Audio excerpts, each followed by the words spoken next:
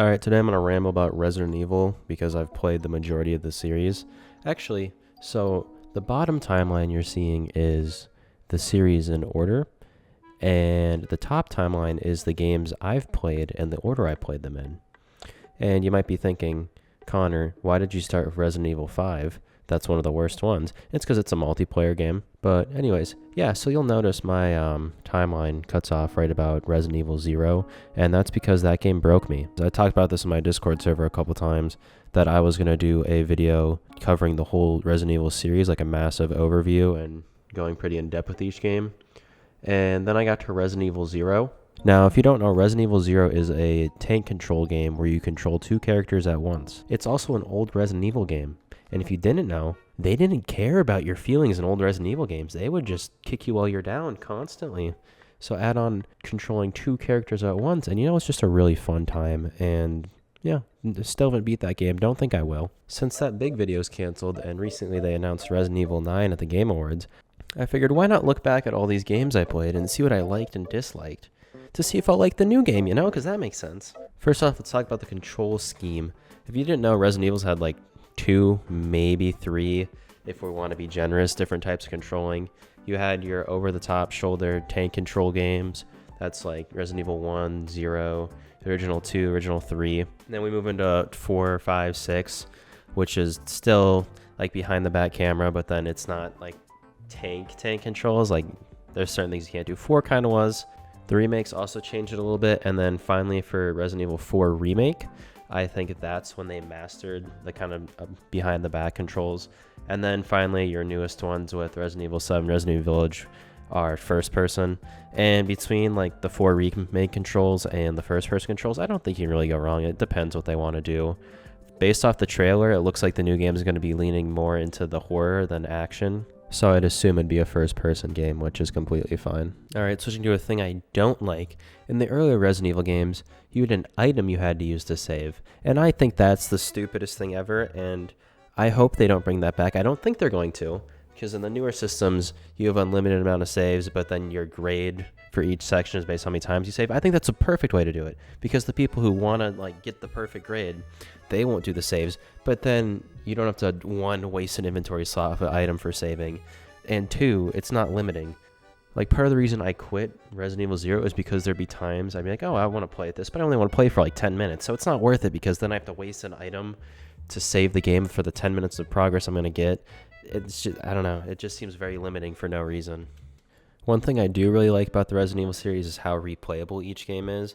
Especially 4, like you can just, if you want to, once you learn, you can speed through it, do challenges runs, go for 100%. Capcom has very much mastered how to make a survival horror game that is replayable in a fun way, where it's not just like, I want to be scared again. Because realistically, after your first time, it's not going to be as scary. You're going to know what's going to happen, but then they have fun gameplay, and the puzzles are alright most of the time. So you can just replay it quick. I'm going to go on a side tangent. I really don't like the enemies that force you to use a certain weapon type. Like, just the one that pops on mind, Resident Evil 4. I forgot its name. It's like the big gray dude. It forces you the heat vision scope, which you can only put on rifles or assault rifles. First off, I don't usually carry a rifle in this game because it takes up too much room. And second off, I use ammo too fast when I have a rifle. So not only are you forcing me to buy a rifle and then buy the scope, actually it gives you the scope, but you're assuming I have a rifle, which I don't. And it just seems like, we want to force you down this path, which I get for linear games, but also then why not just give it to me? Or why not make it so I can put this scope on something else? I know it doesn't really make sense to put a massive scope on a pistol, but it also doesn't make sense to have a a virus like that. I don't know. I also want to compliment 2 on its gimmick of having 2 playable characters with different stories. They brought that back a couple times. Maybe I'm lying, but I know in 6 there's a bunch of different stories. That was pretty much like in the Avengers of Resident Evil. You could play as pretty much every character from the past games, which is cool. But it was also Resident Evil 6, and I think that one's pretty much considered the worst game by far because it just wanted to be Call of Duty. But I think it would be cool if they continue down that of having multiple different stories, or just do a longer fleshed out one. I don't know. 7 did a good job of just having the one story, but that also switched characters at certain points. I don't know. You know what I'm saying. I also think the lore of Resident Evil is pretty cool. I'm gonna be honest, I'm really surprised that Umbrella Corporation, if you don't know, that's like pretty much the evil guys who make the virus. I don't know how they're still a company.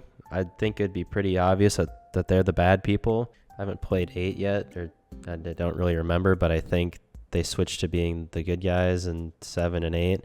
I don't know, but I do think it's very well written. Besides, like, there's some corny dialogue, and Leon Kennedy's just stupid, but he's cool. His dialogue, I don't know, man. Leon's something. And I don't think there's a single story in each game where like the story takes away from the gameplay. It might not be the best every single time. Like, I don't know, 5's just fine. It gets a little dramatic at the end, but I think like 2 and 3. I don't remember if it's set at the exact same time or like 3's right after 2. But I think it's cool that they're able to take the like virus hitting Raccoon City and do so many different perspectives, and all of them feel like it's not just the same story repeated. And honestly, it's kind of crazy how they're able to like just come up with so many different monster designs. I don't know how you twist these animals to like look like that with the virus and all that. It's weird. It's not just regular zombies. They're really messed up. But Wesker's a cool like main villain. I will say, no matter like how corny 5 is, it does have my favorite ending where you just blow up a volcano. But yeah, I don't know.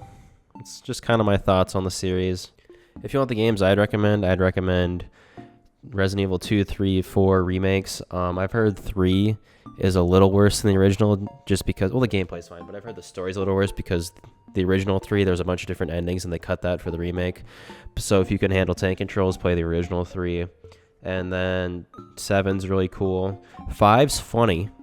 5's pretty funny if you have a friend to play with. And, I might play 8 at some point. I've heard that one's pretty good. So, yeah, I don't know. Just want to talk about Resident Evil. Subscribe if you want to. See you in the next one if I do. Bye.